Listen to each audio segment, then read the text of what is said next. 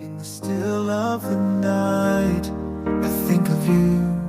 My heart beats with every thought. Just as he got to the blanket, smiling mischievously at her, her savior appeared from nowhere in the person of Mrs. Ekpo, bearing a picnic basket in her hands. Sorry it took time, she apologized, dropping the basket in the middle of the blanket, still apologizing. Uche waved her off and sat down at the other side of the blanket. Saved by the bell? Actually, I was ready for any prank you would have come up with. Don't think I would forget. The aroma of freshly baked pastries filled the air. Mama breathed in the air hungrily. Delicious. But I can't eat these, not after the cookies this morning. Why? You hardly touched the cookies? I've not touched anything fattening since I was 16. What harm could a little harmless cookie do to an already perfect body? I don't want to gain weight in the wrong places. I'm not complaining, so why worry? I want my clothes to still fit. Mrs. Ekpo would feel slighted if you don't touch her cookies. She sighed and picked up one little one and bit into it tentatively. This is so delicious. How did you discover this place? She asked. It is a long story. He pushed the basket aside and drew her into his arms. I think we have enough time. It was about 10 years ago, he began, drawing circles on her belly button with his fingers absent-mindedly. If only he knew what his wandering fingers did to her insides. I was holidaying at a friend's place not very far from here. I wasn't very familiar with the place, and he warned me to stop wandering alone. It was as if there was something I couldn't fathom calling and always drawing me to this place. Then all these places were covered in thick forest. One night I was driving back, having stayed late in town. It started raining heavily. Suddenly I saw this animal and I swerved to avoid hitting it, but I lost control of the car instead. I must have gone unconscious because when I woke up in the morning, I was inside a wrecked car. I managed to get myself out of the car, but I couldn't recognize where I was. I was gloriously lost. I decided that walking was better than staying at a place contrary to my scout training. Besides, there was nothing I could do but wait to be found. My phone was already wrecked. As I wandered, I began to hear the sound of rolling waters. I followed it and beheld this beauty, he said, pointing to the beach. I fell in love. A few hours later, I was found. The next thing I knew, I was surveying the place and making deals. Mma was fascinated. She thought this kind of stories only happened in movies. How were you found? She couldn't resist asking. When I didn't return in the morning and no one heard from me, my friend got worried and started looking for me. He also informed my parents. He turned to her with a puzzled face. But didn't you hear of it? It was in the news all over the world. The look on her face told him she didn't, and he went back to his story. My family organized a search party. They found the car first, and they followed the sound of rolling waters and found me, looking content and at peace with nature. Were you not afraid of wild animals? I know I would have gone crazy with fear. It made me think of Eden. Somehow I knew how Adam must have felt alone and at peace. So that's where the house got its name from, Eden Castle. Of all the houses I have all over the world, this is my favorite. Yes, it is very beautiful. I plan to live here when I get married. Her heart skipped a beat at the mention of marriage, and she couldn't form a coherent word. Thank God he wasn't expecting an answer. Oh, but when he said things like that, she just couldn't help feeling expectant. I guess the woman I would marry would first of all accept living so far away from the city. Mama felt she couldn't take the innuendos anymore. Was this his roundabout way of asking if she minded living out here? If the woman loves you, she wouldn't mind where she lived as long as you are there with her. Silently, she congratulated herself for being so calm when her insides were in puddle. They stared at each other for a while, each trying to read the other's thought, until he drew her closer to him. She melted in his arms as he deepened the kiss. A discreet cough brought them apart, and they saw Mrs. Ekpo standing over them, looking embarrassed. "What is it?" "I have served lunch," she said quickly. "We will soon be there, and thank you," Uche added to appease the woman. Oh, she looked so embarrassed. In her time, girls didn't behave as wantonly as you do. "Me? Wanton?" she exclaimed. "Yes. Why does a girl who is a novice in the arts of love respond and enjoy my touch so much?" She looked at him confused for a moment, as if she was trying to give him an answer. Then she smiled mischievously. "And why does an expert with loads of experience in the arts of love blow his top at the mere touch of a novice?" He smiled at her words and turned her over to lie beneath him and looked at her seriously. "I think we both know the answer." "Yes, we do," she answered quietly. "We had better get married before we go crazy wanting each other." Mma's head snapped up. Was he proposing? Her heart was beating frantically. She decided to take it as casually as he was. It would seem like that. 27th of next month is a good date. That doesn't give me enough time to sew my wedding gown and bridal train. Start tonight. Anything but be there on the 27th. Even if I have to walk in naked, she joked. That would be a sight to behold, he laughed. Let's go and eat before Mrs. Ekpo grows horns, she said, standing up, desperate to change the topic. The joke was making her feel somehow agitated, at the same time wanting to be sure. Uche, you're not serious about getting married, are you? She asked him. He smiled at her, dead serious. He couldn't be, she told herself. She had imagined different ways he would propose to her, but never this casually. Surely getting married was a serious affair. Nobody joked around when they asked the woman they loved to marry them. He jolted into her then. He didn't say he loved her. He just jokingly asked her to marry him on the 27th of the next month out of lust. Incredible, Mma. Nice going. You got your wish at last. Congratulations. But shouldn't she be ecstatic with joy because if he meant it, she was going to become his wife very soon. She would if he loved her. She was about to ask him as they sat down to eat, but her courage failed her. She decided to wait and see if he was serious in the first place. If he was, then they would have a serious conversation why he wanted to marry her. Was it so they could have sex, or did he love her? She decided to concentrate on what she was eating and leave debating with herself another time. You have a treasure in this woman, she told Uche. I know, he chuckled and began eating. I guess I'm going to eat to my satisfaction, and then I would swim till we leave here to work out the excess calories. No more weight watching, he teased her. I eat proper meals. I always stay away from junk and in-between meals. Kind of like that, he smiled at her. This pool looks so appetizing, she said, looking longingly at the pool. How would you like a tour of the house later? Oh, that would be very nice. So, your mom invited us to dinner.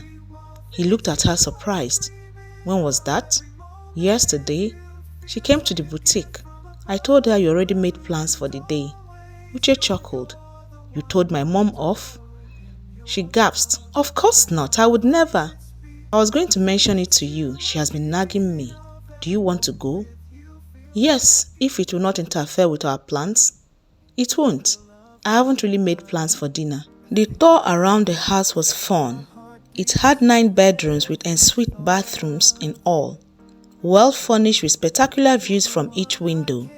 2 living rooms, 1 family lounge, a well-stocked library, a children's playroom, wine cellar and cinema. The master's suite took her breath completely away. Everything from the curtain drapes to the rug was perfect. This is wonderful, she exclaimed. I was thinking it would become more beautiful when you add your own touch. Mma's heart skipped a bit at that. What was wrong with the man?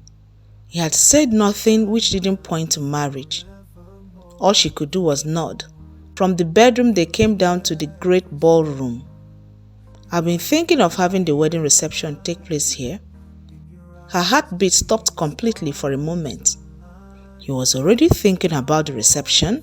He couldn't be serious. But what if he was? She decided to play along and pretend she didn't understand what he was talking about. Mma's eyes went round the hall in appreciation.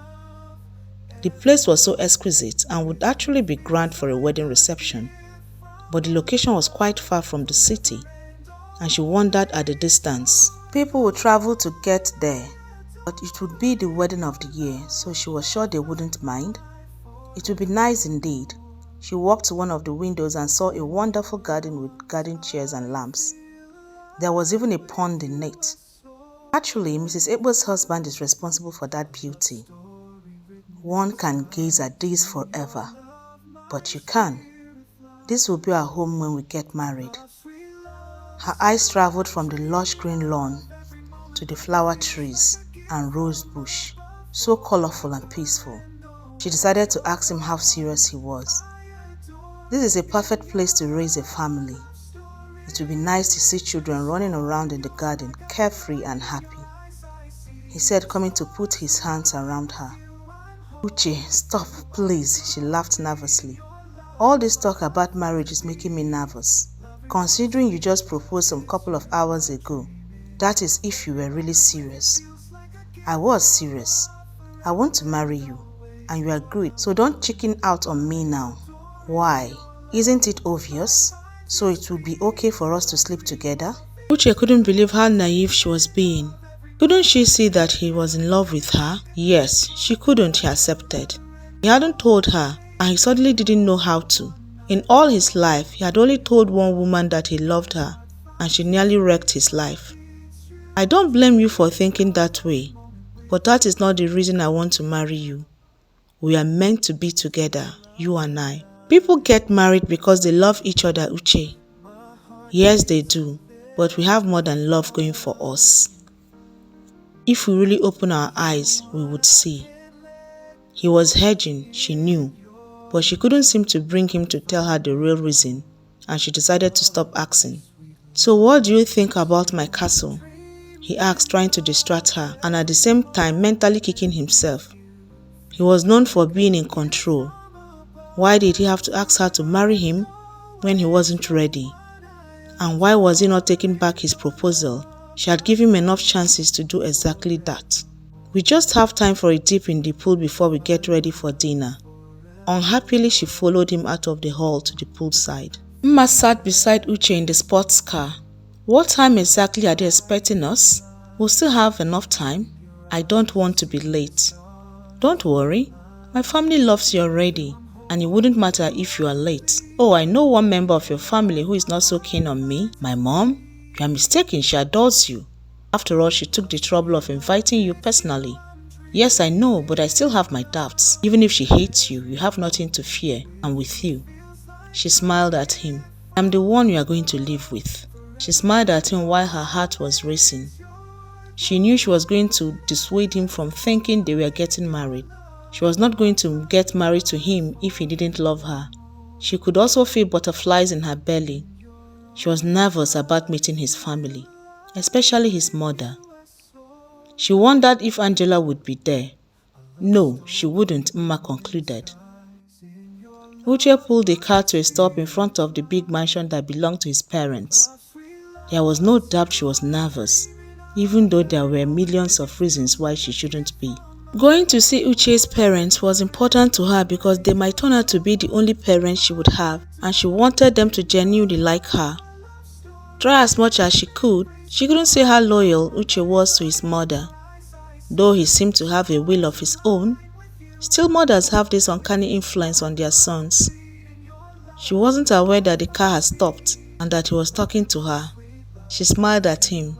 I am ready to meet anyone, even Count Dracula. He laughed. My father would be pleased at the comparison. Did I tell you how lovely you look tonight? You have. But what woman minds being complimented several times? He chuckled, gently leading her to the direction of the building. Before they got to the door, it was thrown open by smiling Eva. Mma gave quiet thanks for the familiar and friendly face. It was more than she could ask for, to begin the evening with Eva's smiling face rather than Mrs. Okoha's sour one. "Oh, welcome, Mma. You look as lovely as ever," she beamed, hugging her. "Mom is in the kitchen. Come in and meet everyone. Everyone is in the great room. And Mma, congratulations," she said earnestly. "Thank you," she answered, wondering what she was congratulating her for. They entered the room and were shocked to see it filled with people. Uche smiled. He turned to Mma. "That's my mother for you. She loved to throw parties." She didn't expect all these people. She thought she was coming to a family dinner. Suddenly her breath caught in her throat. Standing a few feet from her was Chuck, the Nigerian international football star, voted most sexiest man twice in Europe and Nigeria. She had met the man before, but seeing him again was breathtaking. She wondered why women didn't fall at his feet everywhere he went. Standing beside him was Stanley. They have this aura about them that reminded her of Uche. The two of them walked up to him. The footballer punched him playfully at the stomach. "You are a mean bastard," he accused. "You are getting married?" The other punched him too, and Uche held his stomach. Mma gasped with concern. She thought they were being too rough with him. Then what they said dawned on her. Getting married? How did they know that? That was what Eva was congratulating her for? How did they know? What did he do? "Where have you been all my life?" the footballer asked, distracting her. He took Mma's hands and kissed it. He held it a little longer, intentionally, just to annoy Uche. Uche snatched her hands away from him. Mma thought he was being rude, but there was something about this friendship that she was yet to understand. Uche turned to her. "Sweetheart, these are my brothers. You have already met them. The pretty face is Chuck, and the monkey is Stanley." She smiled at them. Uche led her to a seat. She had been introduced to a lot of uncles and aunties and relatives that her head was reeling with names. They were all friendly and earnestly congratulated Uche on his choice of bride. She wondered how she was going to get out of the marriage then. To everyone here, she was practically married to Uche. She and Uche were going to have a long talk after this night. "I will go and get you a drink," he said and left. He came back bearing 2 drinks, one for himself and one for her. Mma sipped the drink, wondering where Uche's mother was. Was her disappointment so great that she could not bring herself to come and welcome her? She thought, sipping the drink slowly while conversations welled above her head. "Hello, darling," surprised I was invited. Mma's head shot up at the familiar voice. She couldn't believe her eyes when she saw Angela, standing before her in a provocative gown. "I am more family than you realize," she added for Mma's benefit. Uche stood up to greet her parents, and Angela used that opportunity to hug him. He disengaged himself from her body. "So this is the girl who captured your heart?" Angela's father asked, clasping her hand in a warm handshake. "A lovely wife you got yourself, my boy." "Oh, Daddy, you're so old-fashioned. She's not his wife yet. They are just betrothed," said Angela maliciously. "Congratulations," Angela's mother said with daggers shooting from her eyes. "If looks could kill," Mma thought as they drifted away. Just then, Uche's mother walked in majestically, in an evening gown that showed off her still youthful body. "There you are, darling," she said with a smile, walking towards them. Mma wasn't sure if the smile was meant for her or for Angela, who was standing behind her. In the still of the night, I think of you. My heart beats with every thought of you.